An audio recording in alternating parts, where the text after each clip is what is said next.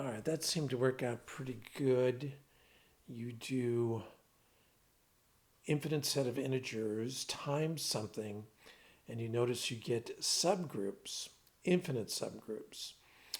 And you might notice that depending on the n you multiply by z, notice we also get a coset there, a coset, which is going to be anticipating Lagrange and how to prove that. You ask the question, okay, we can get infinite groups that satisfy these four axioms. Can we get finite? You fiddle around for a while and you find that if you take a clock and you can parse the integers into classes. And we did a 4-hour day clock, and we noticed that you can get a clock with seconds of duration 2 or something like that. You know, it you can get a subgroup of order 2. 2 divides 4. You can get subgroups of order 2, 3, 4, and 6 if you have the regular 12 clock, 12-hour subday there. And so you speculate that, you speculate that every group might have this property, but here's a group that's definitely not like these modulo jobs under addition. These permutation groups under function composition are not abelian, not commutative. You give an example, f composed with g does not equal g composed with f. You say, okay, well, there's a chance that these groups will not have this property of subgroups of a group are divisors of the order of the group. Could we prove that? And there you start to say, well, how can we mimic or figure out from the infinite case and the easy finite modulo case how we might prove that just from the four axioms in the general case. There you see that you can do that, and you don't have to repeatedly do it for everything that satisfies those axioms. You do it once, and you're done. For finite groups, Lagrange theorem pops out. And somewhere in there, you notice that the modality of getting these subgroups for the integers and the finite integers, n under addition, mod n under addition, is you can multiply your class of, let's say, 3 in mod 12 world by things not in 3. You can add 1 to those things in that 3 class, and you get a different set. You get a 4. You get a different class. And thence you speculate that every time you do that, you get the same number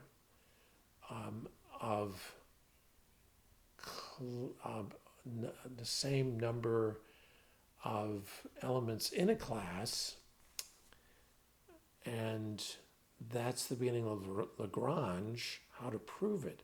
You make a coset, A times your S, where A is not an element of the subgroup S.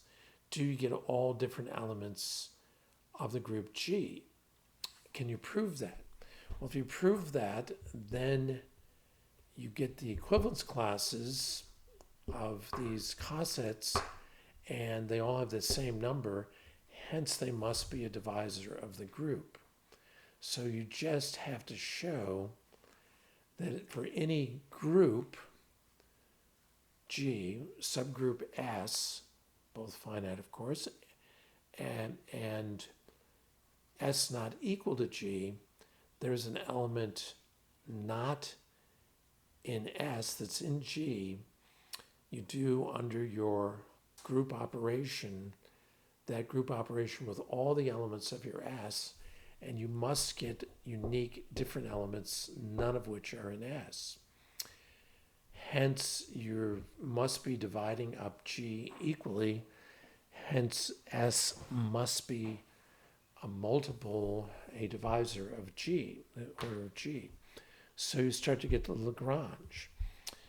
Then it continues with, well, gee, we have infinite groups, infinite subgroups, we have finite groups, and we have this property for finite groups. We have now this abelian thing idea, the commutative groups and non-commutative groups are all abelian groups of the same order the same? Are they, and what would that mean? How would I show the two groups are really the same? And here you might pop in your clock is really your integers under modularity. Your clock cyclic stuff, you could go maybe at that point to complex numbers, roots of unity, under multiplication going around the clock.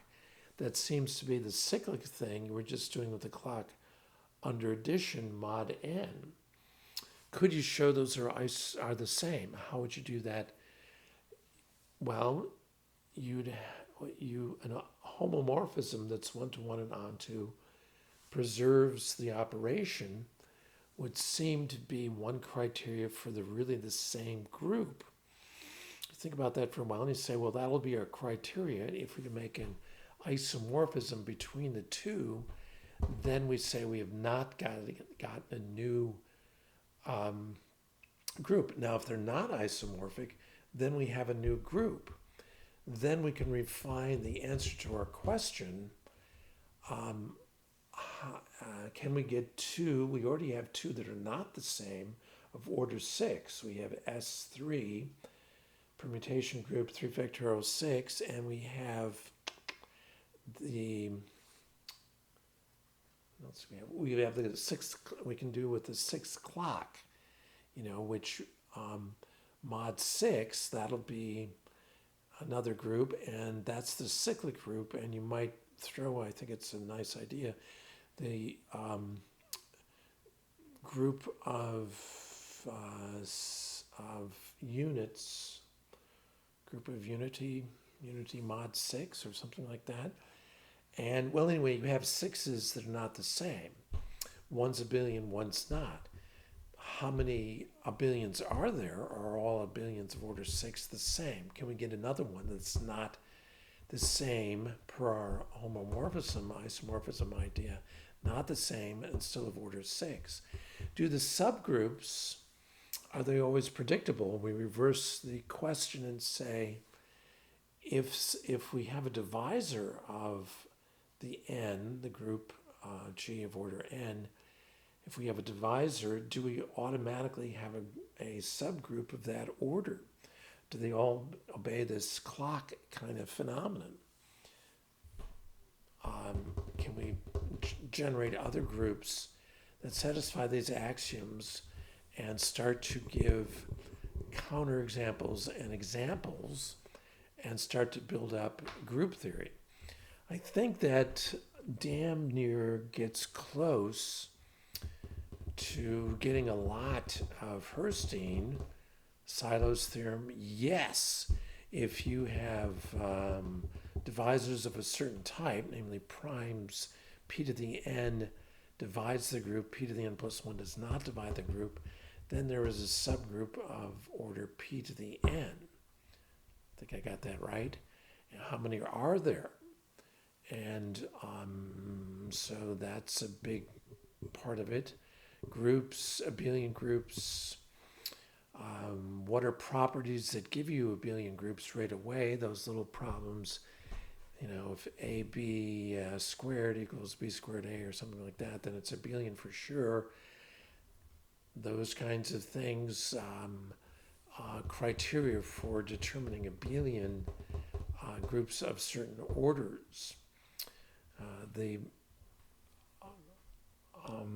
group theory is starting to come around from those 2 or 3 examples.